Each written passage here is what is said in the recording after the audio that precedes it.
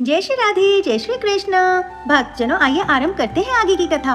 गुरु हृदयानंद जी के खूब रगड़ने पर छाप तो मिटी नहीं, परंतु श्यामानंद जी के मस्तक से खून और निकलने लगा। तब हृदयानंद जी सहम गए और कहने लगे, क्या सत्य में ही श्री जी ने छाप लगाई है? श्यामानंद जी बोले, जी गुरुदेव।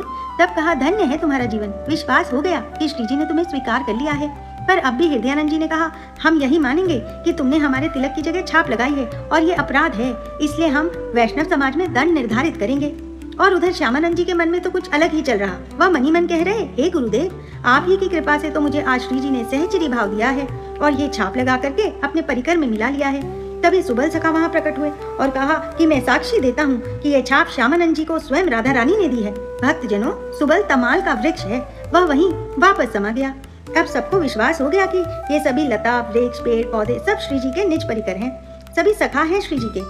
उसी क्षण वहाँ दिव्य वाणी हुई, हृदयानंद जी, अब तो विश्वास कर लीजिए कि तुम्हारा शिष्य वहाँ है जहाँ तुम्हारी पहुँच नहीं है।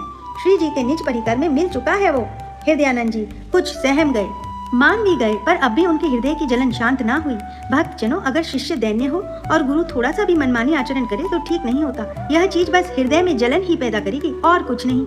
अब हृदयानंद जी कहने लगे, गलती हो गई, गलती हो गई।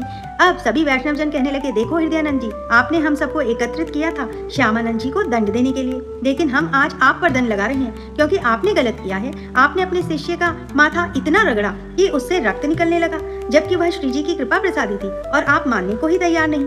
तमाल वृक्ष से सबल सखा ने आकर के साक्षी दिया, तब भी आपके मन में संशय ही बना रहा। अब हम आपको क्षमा नहीं करेंगे।